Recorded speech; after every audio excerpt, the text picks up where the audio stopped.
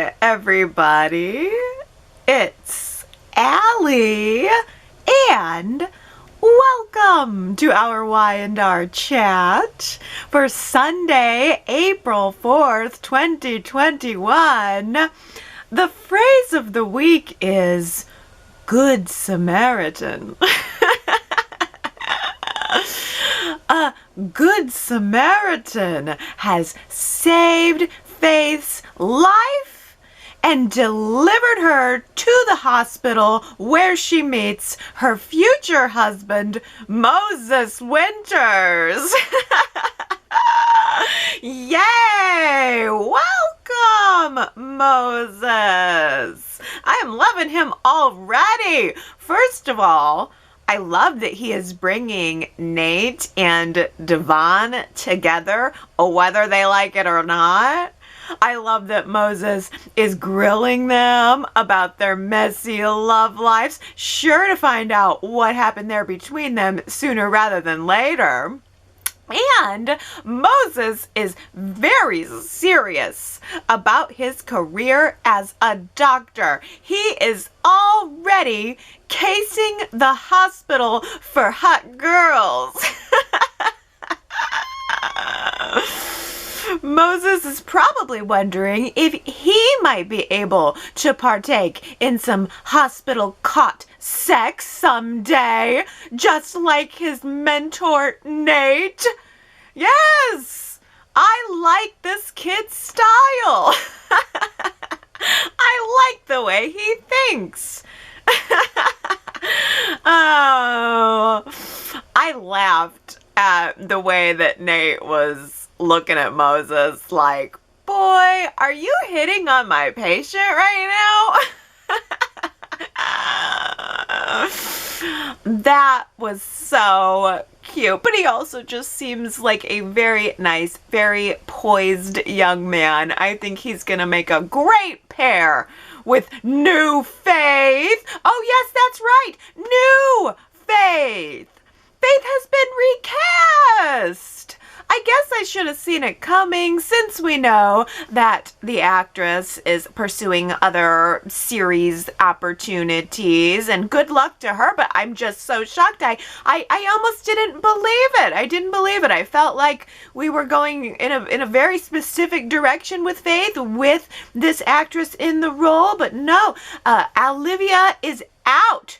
She is out of the role. A girl named Raylan Castor is now in for the role of Faith, and she is 18 years old. So Faith is not only being recast, Faith is being aged up. She's going from 13 to 18. And my poll question for the week for you guys is, are you glad that Y&R is aging up Faith? Not are you glad that the role has been recast, but how do you feel about the fact that Faith is having a 5-year age jump here? Because I'm surprised that I feel this way, but I'm kind of sad.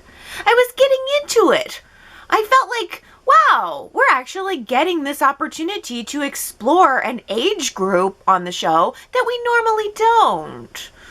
Age 13 to 18, I mean, those are really formative years. In some ways, those are the most formative years.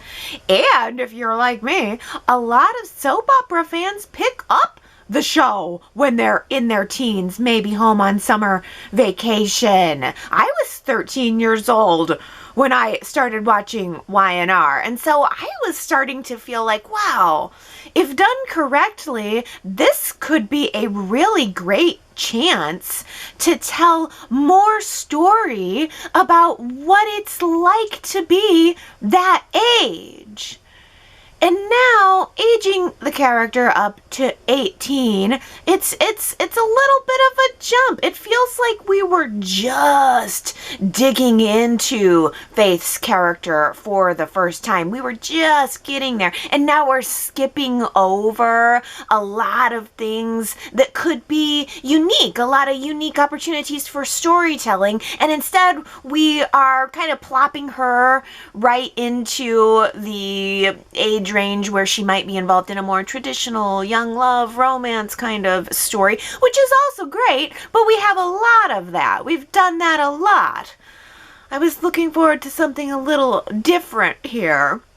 And it is so ironic because I have spent years being annoyed with Faith's precociousness, and now here I am, all disappointed to see her being aged up.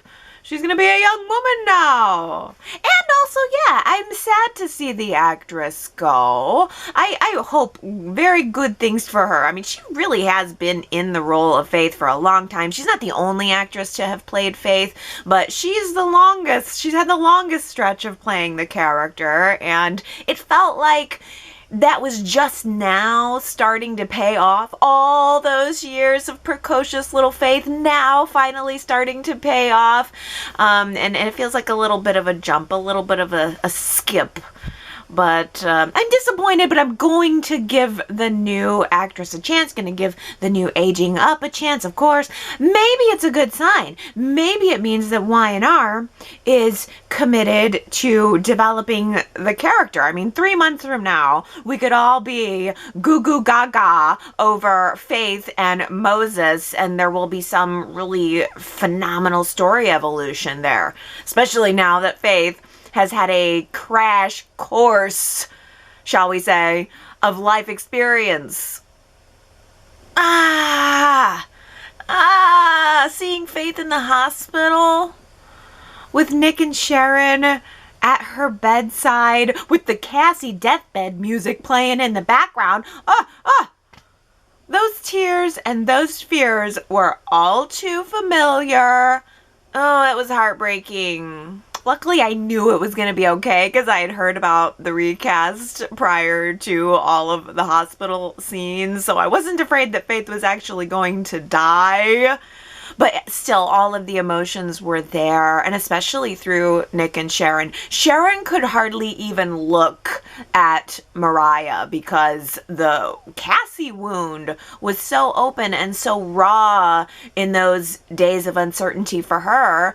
And if Nick had started singing Faith a lullaby, I think I would have lost it. All of those memories are so fresh from the classic episodes that we saw last year. And, yes, it was a lot of emotion, but I think it was really beautifully done. I was also really touched and impressed by the short aside that we had between Victor and Faith on Friday. Don't we all know that feeling like you've disappointed someone who you look up to? And that's what Faith was feeling, afraid that Victor would be disappointed in her. But then Victor showed up with the chessboard, and I cried and cried. That hit my spot. Y&R knows my spot, and they hit it. I found myself thinking, I honestly don't know how I'm going to live without Eric Braeden someday. I think he just celebrated his 80th birthday, and he's not stopping anytime soon. He is an amazing person. Like, Eric Braeden was, and always will be an amazing man. You should read his book if you haven't already, because he has had quite a life, and he's so gifted, he's so talented, and he's so especially good with the younger actors on the show. Not only did I love those moments with Faith, but I loved the moment that he had with Moses. That was great. And it reminded me of Neil. I loved that Victor took the time to remind both Moses and Devon that Neil would be proud of his sons. That feels like a wonderful evolution right now. No, just Neil's 2 sons are back on the show. Victor is back on the show right now. I mean, he was kind of missing for a while. Now he's back, and he's the best. Victor is being done right now, and just in case I forget to say it somewhere else, I can tell that the show is getting back on track with the writing. When Y&R Chat is easy for me to put together all the pieces, that's how I know the show is good. When Y&R Chat is easy, the show is good. Because when the show is all over the place, it is so much more difficult for me to get my head together to wrap around all the storylines and how they connect and think about how I'm going to present Y&R Chat. Right now, it's simple. The show is just being simple and good, and I'm loving it. I'm loving our character development. I'm loving my Victor Newman. Nikki had a really tender moment at Faith's bedside too, because she felt like she failed someone that she cared about, because Faith's wild ride began at the ranch. Now, I gotta back up and talk about what happened to Faith, the steps that led her to the hospital. I mean, Faith at the beginning of the week had been personally humiliated and publicly ridiculed. She spent so much time trying to be strong and dealing with all of this cyberbullying by herself that it made her feel distant from her family. She found out that the secret admirer was nothing but a cruel joke by Jordan, and not knowing where to turn, not feeling like she had anyone to turn to, she ran out of the main house. She goes down to the stables for a cry.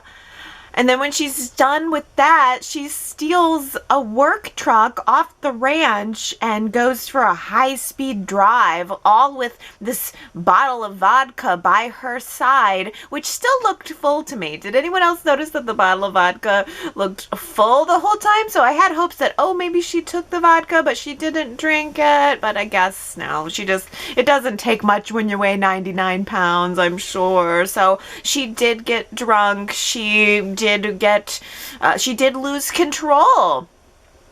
And I was with her. I understood how she was feeling, and I was connecting with her in those moments at the stables, in the truck. Those were some really riveting scenes. Beautifully staged, beautifully lit, beautifully acted. Faith's eyes looked like they were just so sore and red, like they were sore from crying. It all felt very real and very relatable to me. It was Nikki who alerts Sharon that Faith and the vodka are missing. So Sharon tells Nick about the whole thing. Nick realizes that he has this GPS tracker on Faith's new phone. They called it the Find My Kid app. Does that really exist? It probably does. It's actually very, very smart. As a teen, I would have thought that was a total invasion of privacy, but as the parent of a troubled teen, I can totally understand that move, and it worked. Nick and Sharon were able to hop in the car, and they're more beautifully lit scenes. Nick and Sharon in the car, worried for their daughter's life, not knowing where she is, following the shifty GPS signal that keeps going in and out, just trying to find Faith. The only thing they know is that she is speeding fast down the highway. And then, before they can even find Faith, they get a phone call from Nate at the hospital. Faith has already crashed the truck, and she was brought into the hospital by a Good Samaritan. Oh, don't they mean Hood Samaritan? The Hood Samaritan brought Faith into the hospital. Adam out wandering the streets in his heather gray basic hooded sweatshirt by American Apparel. The Hood Samaritan found Faith, dropped her off at the hospital, saved her life by getting the medical attention that she needed, but then disappeared into the night. Because there's an APB out on him. Do the right thing, but not sticking around. Oh Lord, there's all midweek, everyone, including Ray, are searching for this mystery man, this Good Samaritan. Nick would love to shake his hand, and Sharon would love to use her big heart to show her gratitude to him. How will Sharon ever repay this debt? Oh, Sharon, I'm sure you'll think of something. Oh, boy. Pretty great how it put Sharon into a very awkward position. So many uncomfortable, wide-eyed looks from Sharon this week as everyone badmouths Adam and praises this saintly Samaritan all in the same breath. Ooh. I thought it would go on for weeks. I thought it would go on for weeks until it was revealed that Adam was the one who saved Faith's life. But Adam boldly called Sharon right on the phone from his hideout hotel to ask how Faith was doing, to say that he was the one who found her immediately after the crash, got her to the hospital, but also Adam let Sharon know at the same time that he was not guilty of the crime of trying to kill Ray. He needs Sharon to believe him. He, in fact, needs Sharon to help him. Well, of course she's going to now help the Good Samaritan who saved her daughter's life. So she lies to Ray when Ray directly asks her if she's seen Adam or heard from Adam. Oh, no. Nope. Adam who? Haven't heard from him. Nope. Oh. Sharon doesn't know it yet, but Ray and Nick have gotten a hold of the hospital security footage and are both saying, "Hey, I recognize that gray hoodie. I'd know that gray hoodie anywhere." That's last season's heather gray hooded sweatshirt by American Apparel. That's Adam. Both Ray and Nick are shaking their heads in disbelief right now, saying, well, wait a minute. Adam tried to kill Ray and flee town, but on his way out of town, he stopped to rescue Faith and bring her to the hospital. How can that be? That doesn't add up. Oh, man. Ray and Nick's throats are going to be bleeding as they try to force a thank you out of their mouths and later an I'm sorry to Adam when they also find out that Chelsea was setting Adam up all along. That's gonna be good. I wonder if we're even going to have to wait very long. This storyline is moving pretty fast now. Adam has a plan. He is going to get us to some comeuppance here in the clearing of his name sooner rather than later. And guess what? His plan involves you know who. Sharon! Sharon's the one to help him. Adam is ignoring all of the phone calls and all of the texts from Victor, but he needs Sharon to help him prove his innocence. She's the only one he trusts. Pretty sure Sharon had him committed to the hospital, the mental hospital, right along with Victor. Why not trust Victor too, at least?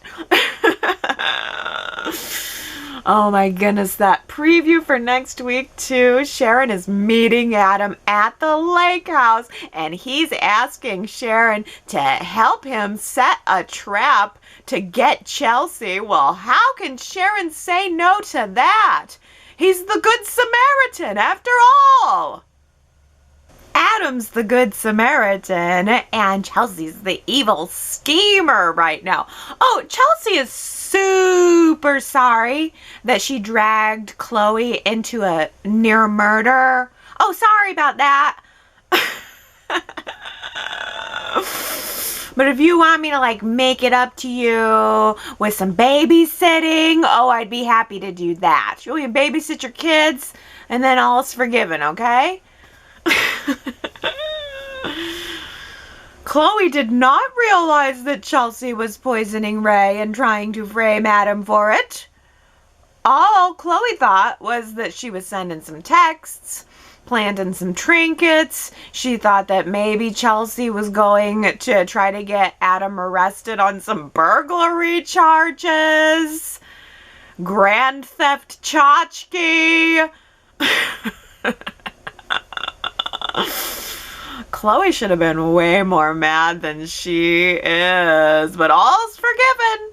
All's forgiven. These two girls are in it forever, in it together. I don't know why Chloe has this loyalty to Chelsea. I'd be ticked. My loyalty would be to my husband, and I would be going to Kevin immediately. But Chelsea just wiggles her way out of it with her Cheshire Cat smile. You know, Chelsea started to tell Chloe the details about exactly how she was able to pull off this framing while being frozen in a wheelchair, while under the eagle eye of Adam and also a 24-hour nurse. But then, as soon as the details pushed Chloe out of her plausible deniability zone, Chloe didn't want to hear anymore, and Chelsea just stopped telling the story, and I felt like, hey, we got robbed. I wanted to at least hear exactly how she pulled it off. We didn't really get any of the details. Did anybody else find that a little disappointing?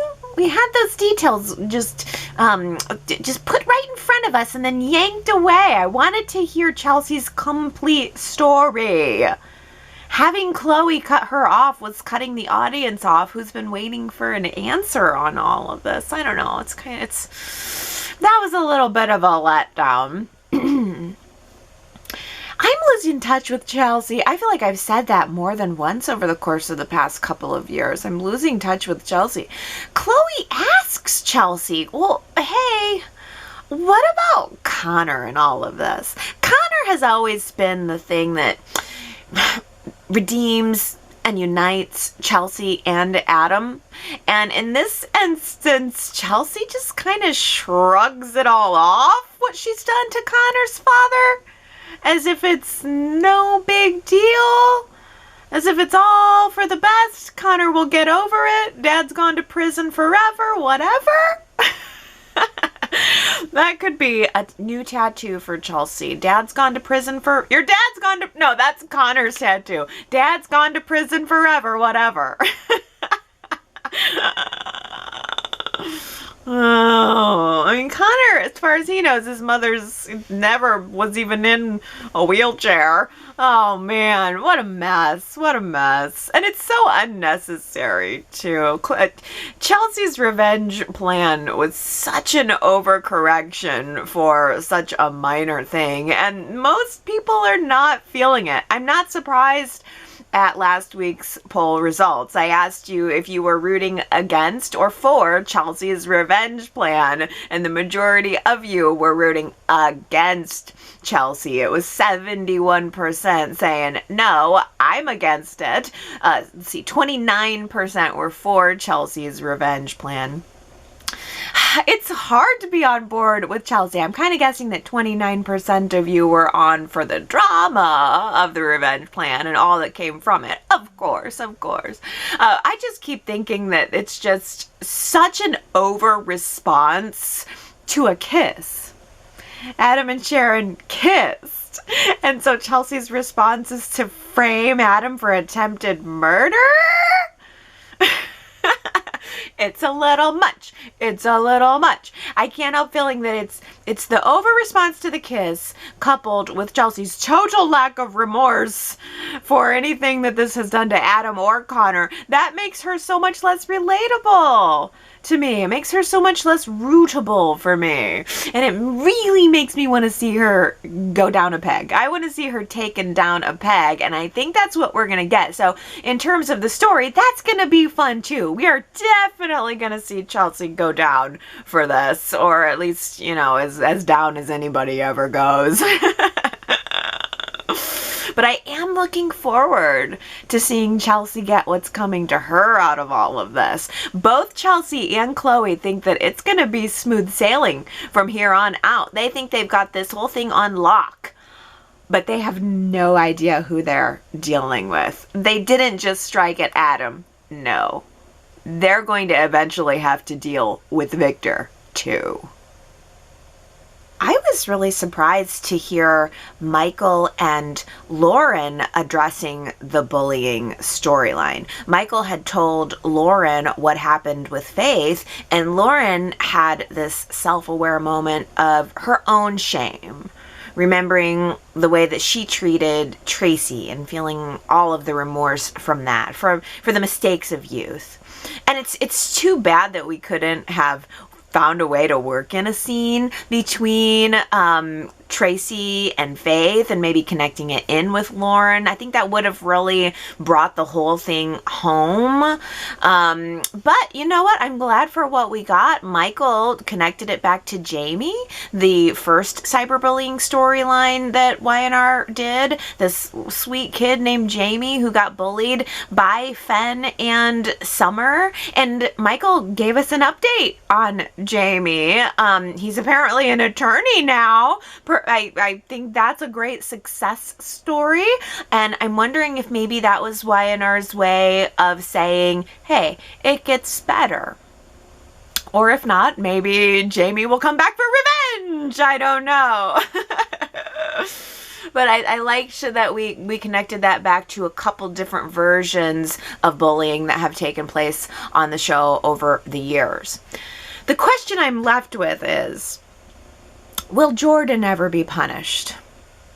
Jordan has done this really reprehensible thing. Totally unnecessary, totally cruel, and I fear that she will just now slip away, never to be heard from again, especially now that we're aging up Faith and recasting the character. I feel like Jordan's just gonna be gone now, and that really was a part of the story that should be followed up on. It should be connected back in with Faith. And in fact, it really feels like, I'm realizing what Y&R was trying to do with this story in retrospect rather than at the time. And now that it's over, I'm like, wait, there was so much more story here. Because one other piece of this that I didn't connect before until the term was used, catfishing. It didn't connect with me. Nobody mentioned it that I saw about the fact that this is catfishing, what Jordan did to Faith. Faith was led to believe that she was communicating with someone when in reality it was a third party creating a false identity. This is a newer term, catfishing, within the past decade, and it's an entirely online thing. This just is a catfishing. It refers to someone who's creating this false identity online to target a victim. For any number of different reasons, someone could be doing this. In Faith's case, it was for cyberbullying. And wow, that's a fascinating phenomenon. I know there's been a movie, and I'm sure multiple documentaries made about instances of this. And if, in retrospect, Y&R was trying to do that, I wish I had a better sense of it along the way, and I wish I could have more resolution on it now. I want to circle back to Jordan because that's a great and interesting tale to put here. Beware of anything and anyone that sounds too good to be true. That's like real life right there. That's totally relatable. Like anybody could fall for it, and Faith did. So, and it's not even hard as a teen. I'm sure teens are especially susceptible to this type of deception. But even as adults, we fall into scams. So this is an important message to get out there that I wish kind of Y&R would have drove home a little more. Beware of someone who is avoiding video chatting with you, trying to avoid meeting in person. That's what happened in retrospect now with Nikki and Faith going to the coffee house. And the fact that the Jordan Jordan using the name of the boy that Faith liked at school to say, you know, oh, I love you. Tell me you love me. You know, any time someone's trying to draw an I love you out of you before you've even met them, like in retrospect, all of these signs were there. We were along on the ride with Faith, and unfortunately, people, especially teens, can really become a victim of this. It could, you know, could lead to suicide. You know, I mean, there are a number of really harmful repercussions to something like this. Y&R was certainly right to add the Mothers Against Drunk Driving PSA to the end of, I think it was Monday's show. But I mean, teen drinking is a dreadful problem. But I just thought it's interesting to think about the number of other dreadful consequences too. That we're not really.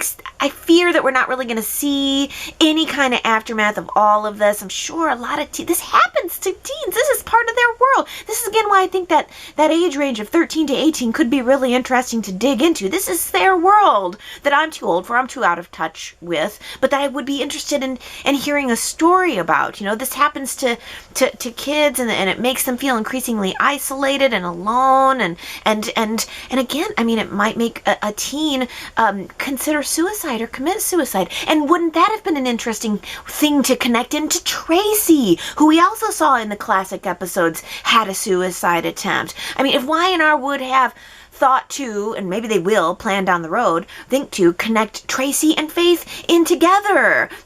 These are the two characters on the show that have been bullied, and we've been reminded of that vis-a-vis Michael and Lauren this week. I think it would be a brilliant way to connect those two in together, and it would be the ultimate way of letting people and viewers and anyone watching this and interested in the topic, it would be the ultimate way to let them know that yes, it does get better. You can, at the end of this, become a successful writer like Tracy. It gets better.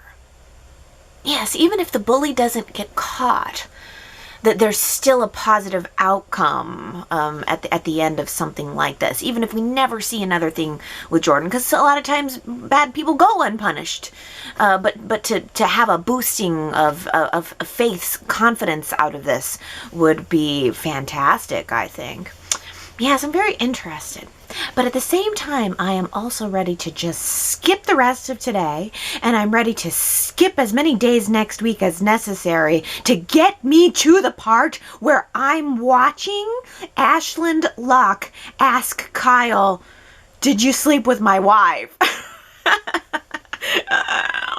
Give that to me. I don't care about anything else at all right now. Just get me to the part where I'm sitting in front of my TV at 11 o'clock and Ashland Locke is saying, "Did you sleep with my wife?" to Kyle. That was a hell of a cliffhanger.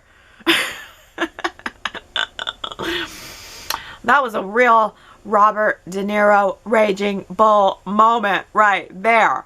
Did you sleep with my wife? Well, ooh. Show's good right now, right? It's this new writer. I got a good feeling about, was it Susan Banks was her name? Got a good feeling about this lady. Things are looking up. Oh. Well, Kyle tells Jack the whole truth about Ashland Locke, and the whole truth is in quotes, because not quite. Kyle told Jack everything except for the part about the little Abbott heir who's toddling around New York City right about now. I love this. I have to say. I was very impressed with Jack's reaction. Great moment, great evolution of his character. Jack was shocked to hear his son confessing that he had made such a mistake, sleeping with the wife of a powerful businessman who apparently enjoys slicing and dicing his rivals and eating them for breakfast.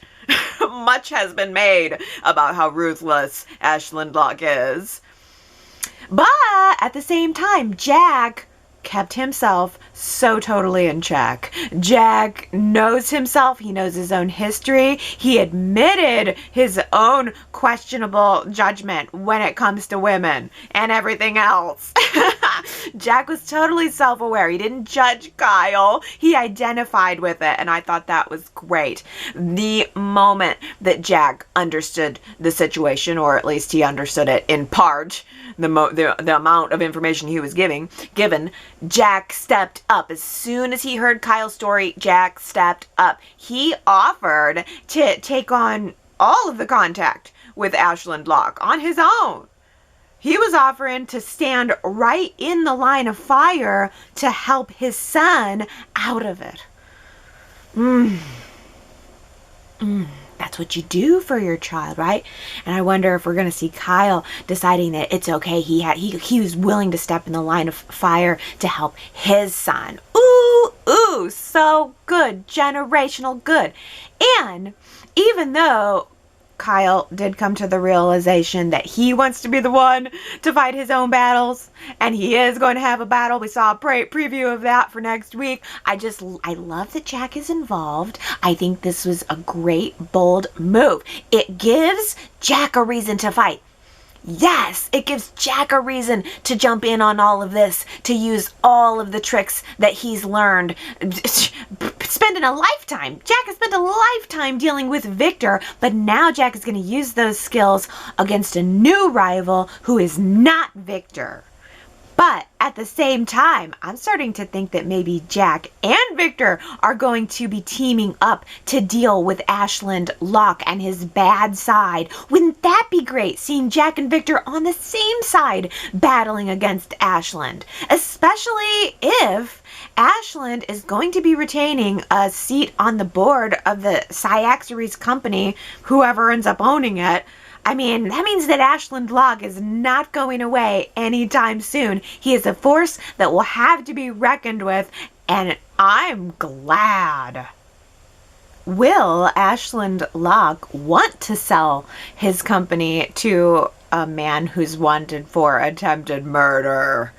Maybe Adam's name will be cleared up real quick, but maybe not. The Adam scandal might just cost Adam and Victor this business deal, and Billy will be doing backflips over it. Especially now that his body is all loose from the couples massage that he had with Lily. Gosh, they are such an attractive couple, lying there just scantily underneath the massage tables, just looking relaxed and beautiful. I love them and I hate them. What a life. Oh, are you feeling a little tense, a little upset about something? Let me just line up a sexy massage for you. If only that was the life. Maybe that's why I love soap operas, because it's just fun to imagine that that's the life.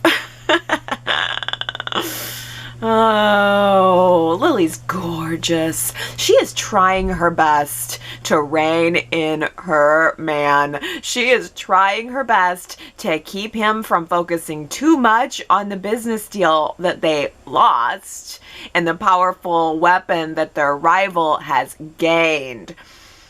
But Billy's antsy. Billy's just really chomping at the bit right now. He is willing to overpay to get Cyaxaries back. He's willing to offer Ashland Locke 50% over whatever Adam and Victor paid for it, just so that Adam and Victor don't get it. See, this is the gambler in Billy rearing its ugly head. Billy lost, so now he's trying to double down to try to compensate. It's gambling. It never works out for him. It never worked out before. It's not going to work now. Billy is just going to end up becoming next in line for Ashland Locke's breakfast buffet. Ashland's going to go, I'm Kyle, I'm Jack, I'm Victor, I'm Billy. He's just going to try to eat everybody up for breakfast with syrup on top. Jack realizes this, that Billy is being dangerous, that there's a dangerous situation here. Jack turned down Billy's request for more money to make a second offer to Ashland Locke. But the person who doesn't seem to appreciate the danger here is Victoria. Victoria steps in. Victoria and Billy will always share a common enemy, Adam. Victoria stops by Chancecom this week to suggest a partnership. She thinks that Chancecom and Newman Enterprises should team up together to make Ashland Locke an offer he can't refuse. But Victoria doesn't need Chancecom to do that. That's the thing. Victoria has plenty of money. She's in a plenty good position to just go make an offer to Ashland on her own. Victoria is using this as an excuse to partner up with Billy, and Lily sees right through it. Lily does not trust Victoria's intentions. She certainly does not want to go into business with her, and would really like it if Billy would just move on. See, this is the danger of getting involved with Billy. It's been pretty easy up until now. See, Lily she prefers when Billy's attention is all on her. That's always what it's about. It's always real nice when Billy's attention is all about you. But now, Billy's attention has shifted a little bit. Things are in a good place. Things are wearing off. The newness maybe is wearing off. And now Billy's attention is shifting over to his favorite topic, the favorite scab he likes to pick. Adam and the Newmans. Billy loves picking that scab. Honestly, like, the Adam and the Newmans, that's Billy's Achilles heel. Lily knows it. We know it. And let's be honest, Victoria knows it too. Phyllis promises Summer that she will play nice with Sally Spectra. Phyllis even makes sure that Jack sees her being over-accommodating to Sally. But then Phyllis turns around and calls Wyatt Spencer, hoping to smooth the waters so that Sally can just sail back to LA. Seriously?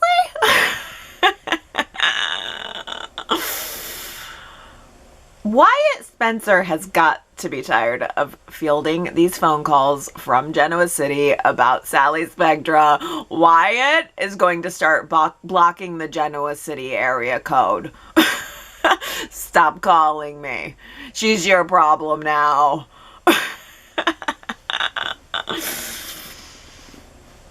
Then Phyllis goes to Lauren, seeing if Lauren would be willing to just give Sally a job in LA so that Sally can just go away and stop making Phyllis so uncomfortable. Hey, Phyllis, the world doesn't spin around making you and your daughter comfortable. Lauren and Jack like Sally. It seems they like Sally a whole lot more than they like you these days.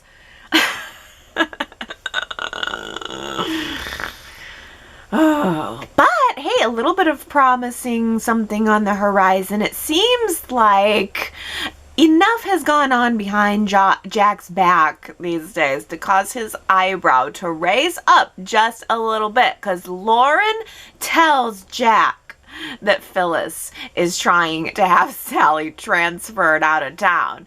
And now Jack is thinking, wait a minute, last week Phyllis suddenly clammed up, not telling me something that she clearly wanted to, and now Phyllis is pretending to be nice to Sally, yet secretly working on a way to send Sally away. What is going on here with my new girlfriend that I don't know about? Another cliffhanger that leaves me wanting more. The arrival of Sutton Ames. Ooh, our previews were like banging on Friday. I mean, the end of Friday's show was like, pff, awesome. Sutton Ames showing up at Amanda's hotel room door. You know, if this guy is such a big, powerful politician, decades in the game, why would he need a little old contract attorney, Amanda, to defend him on a murder charge? He doesn't. It doesn't make sense. This feels super shady, super dangerous to me. like Amanda is being used and pulled into this whole drama to meet the family's end goal, whatever that may be. I'm thinking that the family is sounding a little creepy and that they're going to end up chewing Amanda up and spitting her back out, only to her own heartbreak. I think Amanda would be very wise to say, hey, you never helped me. Why should I help you? And maybe she will say that, but you and I both know that Amanda's curiosity is going to get the better of her and it's going to pull her into this situation. She wants to know her father. She wants to know her mother. She wants to know her family. And she is going to dive into this head first, even if she finds out that the pool doesn't have any water in it. Ugh. I'm a little surprised that Amanda sought Devon's advice about the whole thing this week. I'm a Devon and Amanda fan. I want them together eventually, but Devon has proven himself untrustworthy to her at this point. So I don't know why she would trust his opinion on anything. I would be done with him. I don't know why she would even want to be in the same room with him right now. Last week, she was vehement about not listening to his excuses, not giving him the time of day, practically shutting the door in his face. Then this week, she's knocking on his door. See, I don't know. Don't get me wrong, because I do want them back together, but she needs to make him beg. She makes him to beg hard. She needs to make him beg hard. And she doesn't need him. She could have gone to Phyllis to talk about her family troubles. She used to have this friendship with Phyllis. She's sort of a little bit here and there been talking with Phyllis. She could have continued to get Phyllis's help with all of this. She could have talked to Phyllis about how Newman Enterprises killed her father. Yeah, that's right. Newman Enterprises killed Amanda's father. Well, that was a shocker. I think again, good writing though. Good connection though. Connecting our present into our past. You know I like it.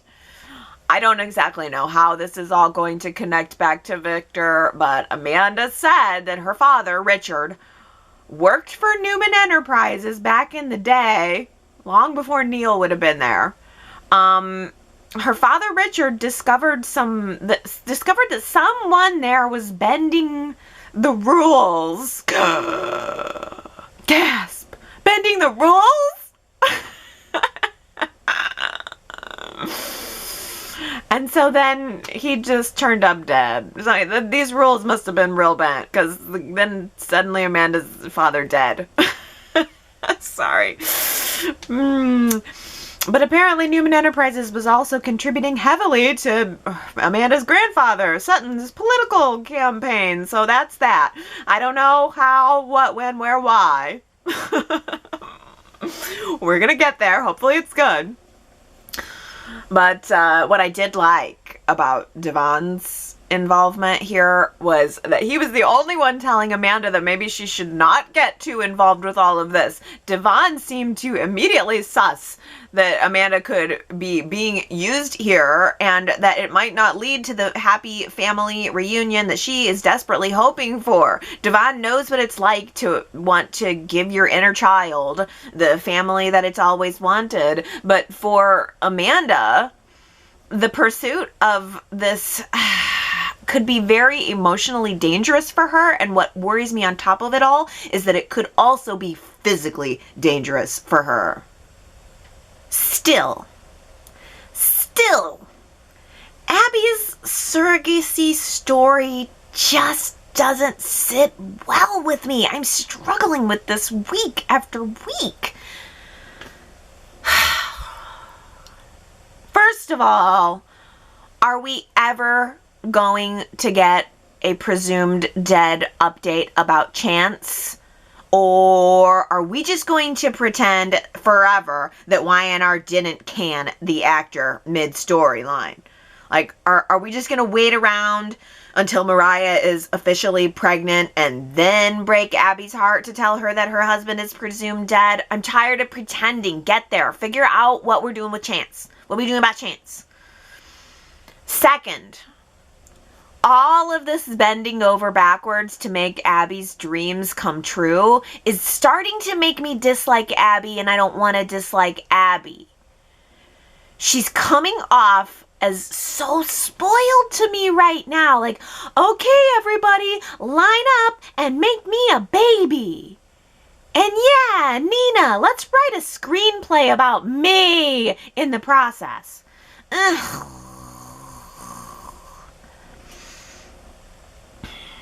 Y&R just took a really wrong turn here for me. And the road still feels so long ahead. I want to be happy about a baby. How come I can't be happy about the baby? I need to hear from some people this week who love this storyline. Please help me to get balanced out again, because I had gotten to a place where I really liked the character of Abby, and having Nina around is amazing. I love that about it. But honestly, I would just rather see Abby and Nina write the screenplay. The idea for the screenplay was more interesting than the baby. Because also, the more that Amanda talks through her feelings about abandonment, about her family, the more I wish that Abby would just adopt a child. Adopt a child who needs a good mom instead of trying to create the perfect Abbott, Newman, Chancellor, Hamilton baby that checks all the boxes. To me, that comes off as vain and selfish, and I worry that all of this is going to end up destroying Mariah again. Like, in the end, Abby ends up with the happy baby, and Mariah just walks away with the empty shell. A little honesty goes a long way in rebuilding trust. Well, can you believe that that came out of the lips of Nikki Newman? A little honesty goes a long way in rebuilding trust. Yeah, you might say, Nikki, I'd say you had some experience with honesty and lies and trust. She said that last week, encouraging Faith to open up to her parents about what was going on with the secret admirer. If Faith had done that, been a little bit honest, I wish that the path would have led to a place that wasn't the hospital for her. But I thought that was an interesting line, and a lot of people must have keyed in on that too. Julie, Henry, Sandra, Mark, Lisa115, Susan, Daisy, Jamie, TB84, Sharita, Leanne, and Diana. You guys guessed that it was Nikki. Here's a fun one. I don't care if you have to bite your tongue off. How about that? I don't care if you have to bite your tongue off. Who said it? If you think you know, go to yrchat.com to leave your guess. And if you get it right, I will use my tongue to give you your shout out during next week's Y&R Chat. Let's look at your comments for the week, starting with Gary, who says, Abby is never going to let Mariah with Tessa out of the house for a Girls Gone Wild night. No way! Yeah, I thought that too. Lola and Elena are planning a party for Mariah and Tessa and Abby, another girls' night. No way it's gonna happen. Sherrod says, you may be right. No more girls' nights out for Mariah. Not under the watchful eye of Abby Newman Chancellor. Abby Newman Abbott Chancellor. And let's not forget Nina. Mariah will be tied up in her wing of the mansion in those silk pajamas the minute she announces her pregnancy. It's interesting that I do seem to be hearing a lot of people who kind of do feel like it's not an advantageous position for Mariah. There's absolutely nothing that Mariah is getting out of this. It's just the goodness of her heart and womb.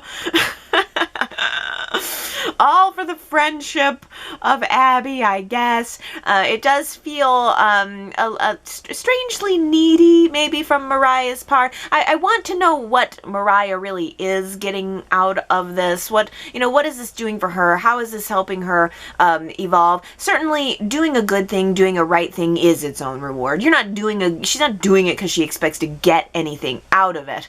But what is her evolution path? Like, what kind of person is she hoping to be at the end of this? Is she just in it for the experience? I mean, I want more Mariah. I want less Abby. I know what Abby's intentions are. I know what Abby wants out of this. She's been very clear. But it does seem that most people feel that Mariah is now trapped.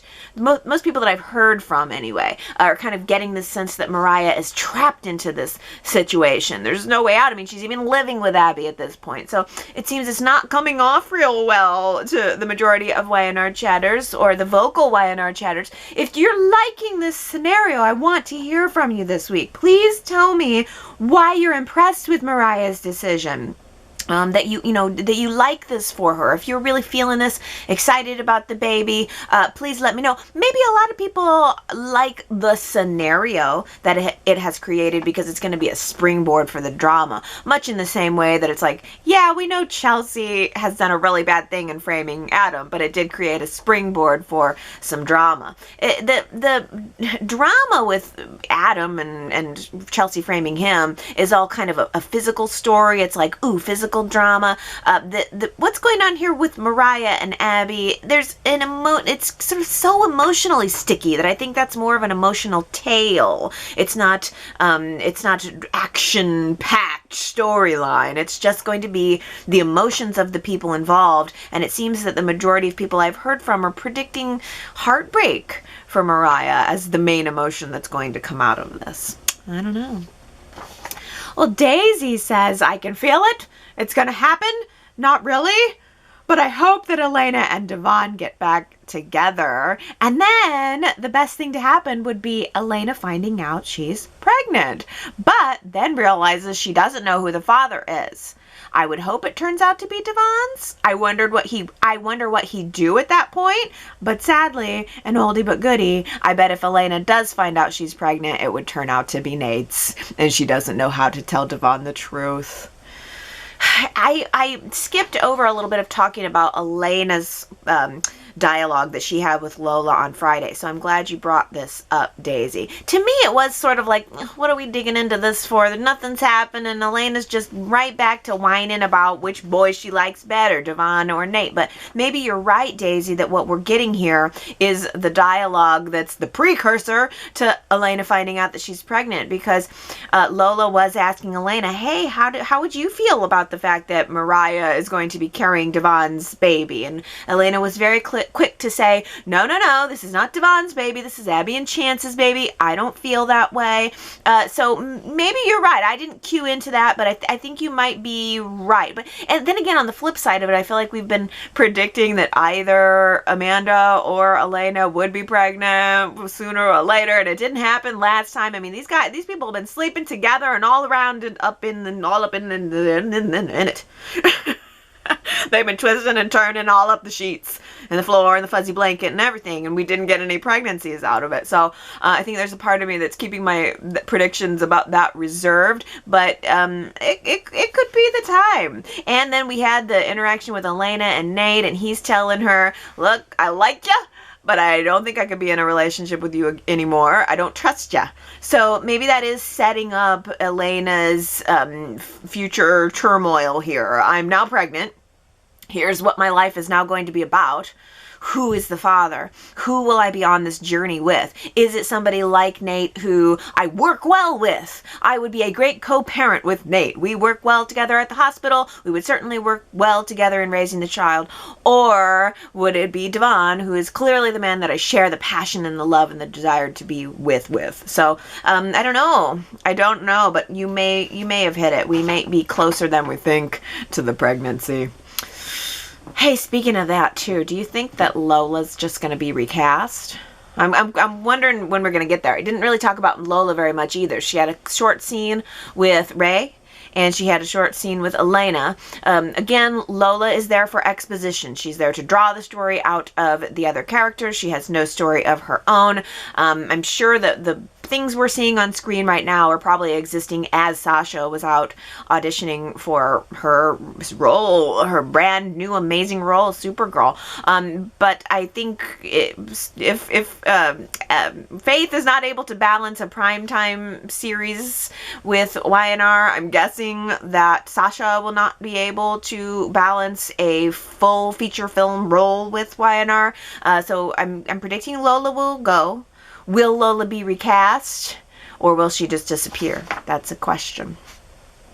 Well, hey, let's talk about Moses. Diana says Moses is a good-looking kid. He looks like a cross between Bruno Mars and Michael Jackson. That's perfect, Diana, because I got Michael Jackson vibes the minute I saw him. Just the way he moves his body. I wonder if he's a dancer. But yes, he is very, very cute, and I can tell that he is going to be very handsome as he ages. But that's interesting. Bruno Mars meets Michael Jackson is a really, really good meld there.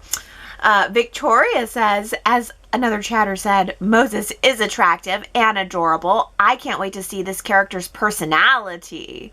I enjoyed the banter between the Winters men. Good job, Nate. You got a big dig in toward Devon. You could see him swallow down his feelings. Yeah, I like seeing those Winters men together. Totally agree. And Moses as a younger generation makes a nice contrast there.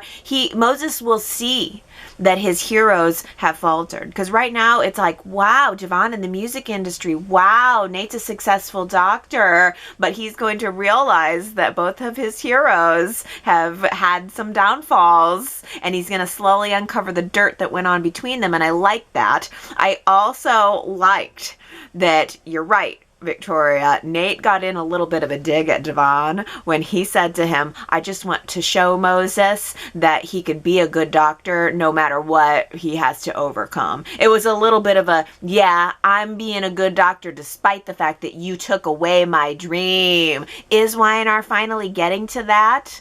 Is Y&R finally getting to that? Superplex says, damn it, Dr. Nate, you're a martial arts expert. Devon ruined your surgical hand. In all due respect to all of the Elenas of this world, it's time to take this rivalry into another dimension.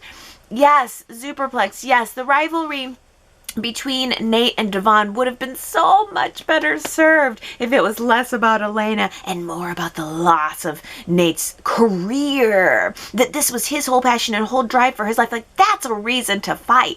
You've lost the driving force of your life. The one thing you always knew you wanted to do was surgery, and you lost it over a fight over a girl. I mean, yeah, that part of the story really hasn't been played up nearly as much. But if Y&R were to circle back to it now, I think it's a little bit too late. It seems almost that Moses is serving more as the glue to bring Devon and Nate back together, or try to anyway, temporarily. It may be some crazy glue, I don't know, but it seems like Moses is there to bring them together. The wedge that will drive them apart will probably be Elena's baby.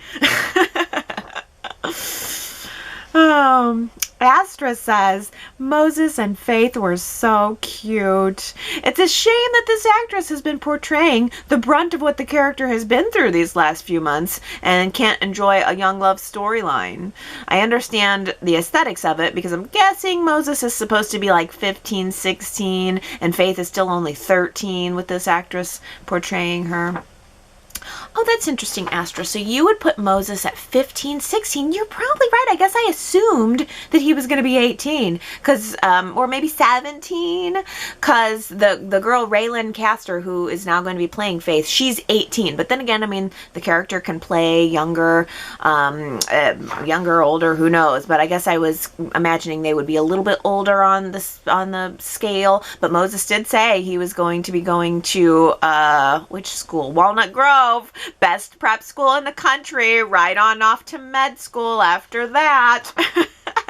So yeah, maybe we are talking more than the 16 17 range. I wonder if Moses and Faith and all that, I mean, are they going to end up kind of more like Reed and Maddie and Charlie? Are we really going to dig into them, or are they going to end up sort of alone on an island together with no other kids? See, I feel like to really, really make it work, we kind of need someone else in that age range. Y&R might be doing this in prep for summer, because summer is when a lot of teens are home watching the show. They know they're grabbing viewers at home on summer break. So we really need to build up that age range and maybe add a new character. Is there anyone else we could add into this mix? Maybe Faith and Moses need one more friend. Well, Gary says, I dread April 12th when the new Faith arrives. Oh, I know, Gary, you do really like Faith, and it's ironic because for all the time that it was like, oh, Faith. So many years of her skipping around with her backpack and just being wiser than the adults, ticking me off with the unreality of that situation. And now I'm finally like, ooh, cool, Faith. And she's gone. Ain't that just the way? April 12th, that's so soon. Henry says, yeah, me too. The current Faith has been fantastic in that role for so many years. The new kid has some big shoes to fill. No doubt about it. And I never didn't like the actress specifically. It was always, my beef was always the way that Y&R was presenting the child as somehow being wiser than the adults. And yet we were never really digging into who Faith was. Now we finally are, and it's all over. Well, no, not over. Pivot. It has pivoted. Well, Gary also says, I don't like that Faith's story has been reduced to just a vehicle for the acceptable reunion of Sharon and Adam. I feel so manipulated. Its emotional power will be diminished by the casting of a new Faith. Oh, you think that's it? So you think that yeah, Faith has been, the crashed has been used as a way to bring Sharon and Adam back together, and it certainly does pull the focus off Faith. It's certainly that. What will we see of Faith in the gap before she's recast? Is this possibly coming to the end of Olivia's scenes? Are we maybe going to see like her homecoming and go up, she's going to ascend up the stairs, and then we're going to have a week or two to wait, and then she's just going to come right back down as a different person? It'll be interesting to see how Y&R handles the transition. Again, Sharon is going to be so focused on anything and everything Adam and saving her marriage, to try and decide whether she wants to save her marriage or whether she wants to follow her passion with Adam and Chelsea, and she's going to be so wrapped up in Adam, there's going to be very little left for Faith once again. Sandra says, I'm kind of hoping that Sharon decides to go meet Adam at the lake, and then this is it. They'll be alone, and their passion will get the best of them. I don't think Sharon's going to cheat on Ray, though. Like, I would say yes, but I don't think she's going to cheat on Ray. I think everybody's going to come home, and it's just going to be so much awkwardness over the fact that Sharon was right to support Adam. Ray was on the manhunt, and I think it's just going to fuel Sharon and Ray's disagreement over Adam, and they'll go their separate ways, and then there'll be some new thing that keeps Sharon and Adam apart. I just can't see her losing herself and sleeping with him at the lake. Although, you know, we've got duress. Adam's under duress. It's a very serious situation. He could go to jail. He's on the manhunt. I mean, there is nothing to really get you riled up, get you feeling in the mood like duress. Those passions have got to go somewhere. Superplex says, that's right, you naysayers. Adam is a hero. And Ellen says, will Nick ever be able to thank Adam for saving Faith without choking on the words? Let's see. So Adam has now saved the lives of Faith twice, Sharon, Noah, and Victor. But he's an evil sociopath. I don't think it works like that. No, I don't think so. I think this is I always say this, though. It feels like it's the beginning of Adam's redemption, and then something new comes along to spoil it. But maybe this really, really is it. I mean, they've had Adam in the underdog position here for several weeks, months solid. It's been all about, look how horrible Adam is, and he's going to do this thing, and then everybody's going to forget about it in a month.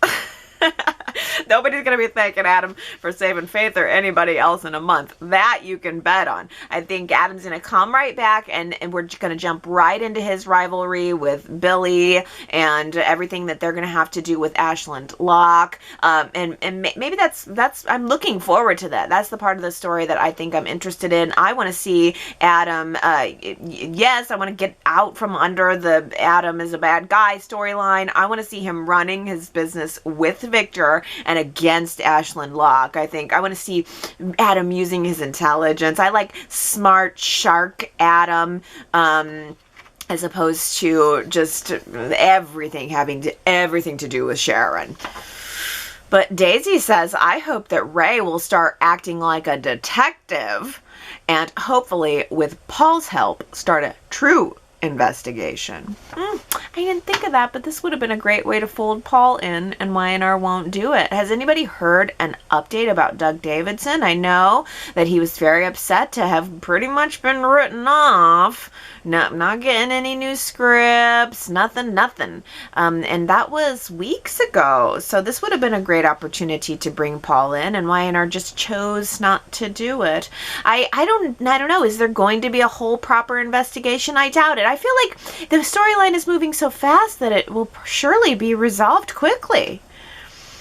I think the thing a lot of people are looking forward to is seeing Chelsea go down. Just some comments about the poll. Are you rooting for Chelsea or against Chelsea's revenge plan? Kamna was voting for Chelsea's revenge plan, but wanted to clarify. I think the story feasibility is ridiculous and the moral angle is heinous. The morality angle is heinous, but I love the drama of it all. Isn't that why we watch soaps? Plus, it just proves that Chelsea and Adam are truly meant to be together. They're both twisted. I'm looking forward to some hot makeup scenes, and by the time they get to that, maybe they'll actually be able to film them. So, Kamna, you think Adam and Chelsea are getting back together at the end of all this? That possibility hadn't even hit me, because what the heck is Y&R going to do with Chelsea? She's just going to be in a bubble with Chloe forever? Oh, yeah, you think they're going to get back together? You think Chelsea's going to frame him for trying to kill Ray, and he's going to go back to her and have some hot lovemaking scenes? Ooh, that would be a heck of a twist, wouldn't it? Tony says, I voted for Chelsea's plan. Of course it was wrong to punish an innocent party, but this show needs some perking up. This is like the Y&R of the past. Revenge, kidnapping, gaslighting, cheating, threats, plots, scandals. Nobody wants those in real life, but we do love those stories in our stories.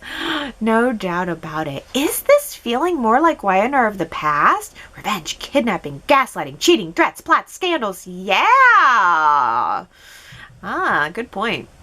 T. Nicole says, I voted against Chelsea's plan. I was okay with her hiding her recovery before we knew what her actual plan was, but I'm not on board with Ray's poisoning. It is Chelsea's lack of remorse about poisoning Ray and her saying, Ray's fine, and well, he didn't die, that irks me.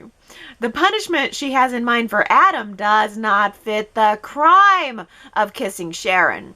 As much as it hurts and sucks, you leave him and move on. Chelsea could be upset that Adam is the reason she fell in the elevator and set her stroke in motion, but Chelsea knew that Adam was the cause of her fall before her stroke, and she was okay with it still being him. Her anger after her stroke has just been purely about jealousy over Sharon. Yes, T. Nicole. And I feel that the piece of Adam and Sharon and their relationship, it just hasn't been leaned on enough to justify that jealousy, that pure rage and jealousy that Chelsea has. We should call her Chelsea. Chelsea. Marianne V says, Chelsea is wrong with this revenge plan. She almost killed Ray. Adam might not be the right guy for her, but leave him. Don't hide your recovery and don't involve your best friend as a cohort in your deviousness. Yes, Chelsea certainly was willing to drag everybody else down to get what she wanted. She didn't care if Ray could have died. And there was a moment where Chloe said, are you an expert on poisoning now? How do you know what amount would have killed Ray? She's like, he wasn't going to die. But how do you know he wasn't going to die? And then, yes, Marianne V, she dragged Chloe into the whole thing and made her an unwitting accomplice. Sherrod says Chloe has to be the one to turn Chelsea in. She will need to save herself. This is why, when you commit a crime, never involve other people. They will betray you. There's Sherrod's advice on committing a crime. Never involve other people. They will betray you. Yeah, no kidding.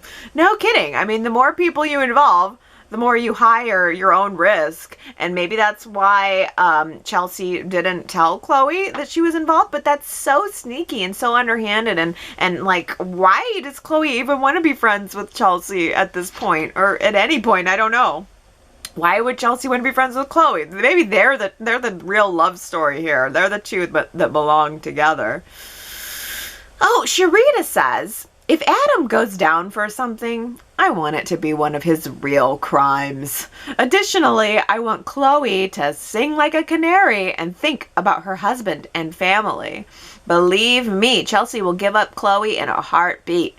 Perhaps the stroke had made Chelsea mentally unstable. I don't think she would have ordinarily gone this far. Oh, that's a great point. Yeah, if people are thinking Chloe's going to end up confessing, I love that. But to the point I really love here, Sharita, maybe it was the stroke that made Chelsea mentally unstable. I think it was in that preview on Friday where Sharon is saying, what? You want me to help set up a trap for Chelsea? She's already unstable. So maybe that's going to be a piece of this. Maybe at the end, Chelsea ends up arguing temporary insanity or a side effect of the stroke, and that's how Chelsea gets out of all of this. Well, Victoria says, I'm a diehard soap fan, but I am so disappointed in the way that our discovery came about that Chelsea is the one who poisoned Ray. One of the adages writers learn is to show, not tell. Y&R spent lots of time having Chelsea tell her entire timeline. Ugh, no mystery there. What a waste of Melissa Claire Egan's talent. The storyline could have had the same result with a more mysterious plot, so the viewers were left guessing who poisoned Ray. Was it Faith, Nick, Sharon, Victor, Adam, or Ray himself? Please bring back the smart writing. We viewers can put together pieces and have fun doing it. Oh, yeah. First of all, yeah, putting together the pieces and all the guessing, that's the funnest part of it all. And yeah, I agree. I think it happened quick. It all came together. We didn't have much of a chance to speculate about who it was that was poisoning Ray.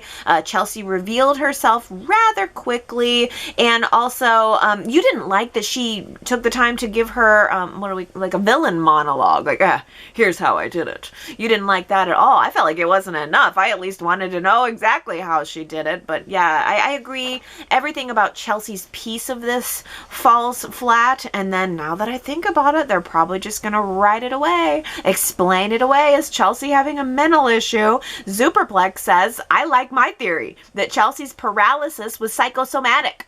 She convinced herself that she was paralyzed. See, yeah, maybe Chelsea is just totally out of her mind, and that's what it's all going to boil down to. Superplex also suggests that we just simply light a firecracker beneath Chelsea's wheelchair and watch her reaction. For heaven's sakes. Yeah, that'd be a good way to get to it. Adam and Sharon do not need to have some elaborate plan. Just grab a firecracker, crack it down underneath her wheelchair, and watch the show. Ooh, lots of people not feeling Phyllis. Ellen says, get a life, Phyllis. Jack is an intelligent, sophisticated man, not a doddering old fool. And have you heard? Summer is a business phenom. Let them handle their own business with Sally. Yeah, I feel like there seems to be this assumption that Jack is unable to take care of himself, that he is being fooled by Sally. Maybe he is, but as you say, he's not a fool. I mean, if Jack is going to be fooled by Sally, then he's doing it with his eyes wide open. This is Jack's life, his relationship. Nobody else has any right to have a part of it. I say let it happen, let it be. But it is also fun at the same time to watch Phyllis meddle, although it is a little like, well, hey, what do you have vested in this? Do you just have nothing else going on, Phyllis? Like, let it be. Sandra says Phyllis is annoying. She's really stretching to find a reason to battle Sally. If Kyle and Summer play nice, then who's Phyllis to keep igniting this fire? Can you believe the nerve of her asking Lauren to ship Sally back to LA? This may sound harsh, and it is, but Phyllis needs to fade into the background like the Grand Phoenix employee in the green dress. Okay, 2 points. Phyllis had to stop. Summer had to almost break up a fight between Phyllis and Sally. Like, Phyllis was ready to jump up and push Sally. There was a moment where Summer broke it up. That's so much. That's such a huge reaction to pretty much a minor problem. Sally is just a gnat. For Phyllis. She really should not be putting this much effort and letting herself get so riled up over it. I just can't help but think that it's Phyllis seeing herself. It's like Phyllis is battling some kind of 20-year-old version of herself, and there's like an internal moral dilemma going on that has all to do with Phyllis and not as much to do with Sally. But this is a really good zing about the Grand Phoenix employee in the green dress that I hear about week after week. Not you, Sandra, but it's like it's nonstop. I should start letting all of the comments about the green dress lady and the Grand Phoenix, I should start letting them go through to the website so that you can all see them. But it's my trigger. If anyone comes to this website commenting about the Grand Phoenix lady in the green dress, delete. Not you, not the people who are here already. I mean, the new people. If this is your first time commenting at Y&R Chat and what you want to say is about the lady in the green dress at the Grand Phoenix, then it's delete. It's not even getting through. I've had this comment constantly, multiple times a day, multiple times a week, and it's like, I don't know why this bothers people so much, but the fact that it bothers everyone else and it's such a teeny little tiny little picky thing, it's my pet peeve. People would be complaining if there was nobody else in the hotel ever, and they're complaining that there's one person walking around in her green dress. It's like, it's her uniform. That's why she's wearing it every day. Just go with it. That's the uniform. It's Phyllis's hotel. Of course she has like a little slinky dress as the uniform for her employees. Like, why are we focusing on it constantly? It's hit this like collective zenith where it's in the mind of all the Y&R fans, and everybody feels that they have to go to the internet to talk about it, and it just drives me nuts. There's a million things to talk about on this show, and yet to every single day, new people, again, not you. If you've ever left a comment on the site, you're listening to Y&R Chat, I'm not talking about you. I'm talking about new people coming in, never heard of Y&R Chat before, coming in, and that's the comment they gotta leave. Why? Why that? I don't want to hear it anymore. Oh, but Sandra, it's a good, you're allowed, Sandra. If you're on the in, you're allowed, but I can't handle it coming from all these angles. Like, people, get over it. It's a dress. She's an extra. Pay attention to the foreground. And that's what it is I'm the Y&R teacher, and I feel like someone has thrown a paper airplane in class, and I'm offended. I'm like, don't pay too much attention to the background. You're not watching the show. If you're paying too much attention to the green dress lady, then you're not watching the foreground. You're not watching the show, and you need to check in. I expect A's on these reports, people. A report card full of A's. Do not make me send you to the principal's office. Okay, I'm gonna move on. Oh, here's about Billy. Diana says, Billy is being naive about teaming up with Victoria and Newman Enterprises, especially when he knows how Victoria feels about him. I'm surprised that Billy would want to work with Victoria and put himself in Lily's position, and would want to work with Victoria and put himself and Lily in a position where they would be interacting with Victoria on a regular basis. This is another example of his poor judgment. Why would he want to jeopardize his relationship with Lily? As he must know that teaming up with Victoria would definitely cause a strain between he and Lily. Billy needs to decide what's more important to him, his job or his relationship with Lily. Diana, this is like always the problem with Billy. He is so passionate. He is so focused on you in the beginning, and it feels so good. Ooh, that light. Ooh, when Billy shines that warm light on you, it's so warm and sexy. And then the second he sees something else that he can get obsessed over, usually it has something to do with Adam or the Newmans, then that's what he's on. He's a gambler. He is an obsessor. And currently, Victoria knows that. She knows where to feed into him. She knows him better than Lily. She knows him better than anybody. That's exactly why she went to Chancecom and proposed that partnership. She doesn't need Chancecom to team up with her against Ashland Locke. Victoria needs Billy, and she knows that by feeding his gambling addiction, she is causing a wedge between he and Lily, and Billy's already playing into it. Sharahad says, well, based on the conversation between Amanda and Devon, she's about to tangle with the Newmans, and I believe that somehow Ashland Locke will come into play, and of course this will connect to the Abbotts. We have a murder mystery to solve, family dynamics to heal, and to deal with. This is the kind of soap opera drama that I love. Yeah, I know. It feels like a kickback. I'm really happy with the show right now. I like what Y&R's given us. I think we got some good stuff to dig into. The murder mystery. So you think it's going to, you think it's going to come back to the Newmans and then connect into the Abbotts. I just like, it's funny because the suggestion was, did Victor murder Richard? Did Victor murder Amanda's father because he found something out? And Devon was saying, I don't know, Victor's that kind of guy, which he is. And then Victor shows up with the chessboard with Faith. That made me think, nah, we're not going to find out that Victor is the one who did a 30-year-old murder. But it is going to connect back to Newman Enterprises somehow. And, I mean, the only character connected to Newman Enterprises that would have been around then is Victor. So I don't know how they're going to do it, but I think you're right that we have a new little seed that's going to continue to grow, and it'll be something fun that we can pull apart. Victor's so good right now. Nikki's so good right now. Allie K says, I love, love, love Nikki's outfit from last Friday's episode. Dark jeans, white tee, and that beautiful blazer jacket. Did you guys see that? It was last Friday, and then she was wearing it again on Monday. It was gorgeous. Nikki looked so good. The blazer that she had on was blingy and beaded for the gods. I mean, that thing looked heavy. It looked hard to wear, but she wore it flawlessly. She looked so good with her rings and her nails and her hair. Loving Nikki right now. Loving Victor right now. Jamie says, Victor in full-on sweet grandpa mode just gets me. When he showed up to the hospital with his chest set and kind eyes, the tears began to well. But when I saw Faith light up and he assured her that he loves her and is in no way angry, and then all that he feels is relief and gratitude that she's okay, the tears flowed. I can't help it. I'm a lifelong sap for Victor.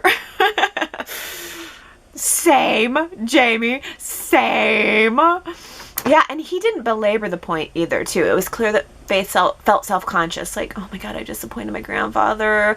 And, you know, he just reassured her and then moved on and set up the pieces of the game. He said, I'll set up the pieces. If I can set up the pieces, I can move them for you. Oh my God, Eric Braeden is so good. He just has it. He has it. Whatever the it factor is, he has it. It is so special, and it's just like, for me, one of the driving things about the show.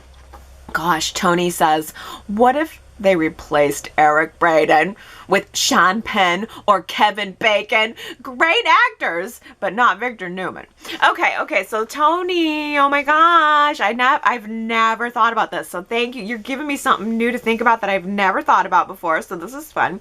A recast of Victor Newman. Okay, first of all, let's establish. Obviously, no one can feel Eric Braeden's shoes. It's never going to happen. When he's gone, he's gone. They will never, never, never recast the character. You know that. We all know that. And we don't want that, of course. So all that aside, all of the reality aside, let's let this be a fun hypothetical question from Tony. So other than Eric Braeden, who would you cast in the role of Victor Newman? So you've suggested Sean Penn, Kevin Bacon. These are great. I'm trying to think who else I can put up in there. It needs to be somebody who could look equally good behind a desk, but also on a horse. Because Eric Braeden and Victor Newman has that like rugged. He's like can be a rugged outdoorsman, but also can come into the office in his suit. So we need someone who can wear the suit, but also needs to look good on the horse category. So we got to find somebody who looks good on a horse. I'm thinking Sam Elliott. That's where my mind is going. I don't know how he looks behind a desk, but I know that he looks really good on a horse. Nikki came to visit Faith in the hospital, and she said, I rode Patches this morning, and I groomed him myself. And then I think Faith said, well, we give him a little pat thanks for riding my horse. And Nikki said, of course. There's a little moment like, yes, I rode your horse, of course I rode your horse. I thought that was funny. Nikki groomed Faith's horse herself. Because Nikki could have just hopped on there, rode that thing, and then hopped off and let the ranch hand deal with it. But she stood there and groomed the horse herself, of course.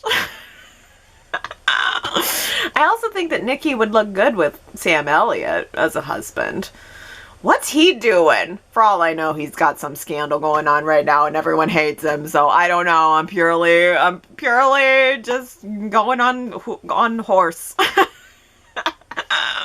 I want to recast Victor as someone in a cowboy. I'm going cowboy. Corporate cowboy!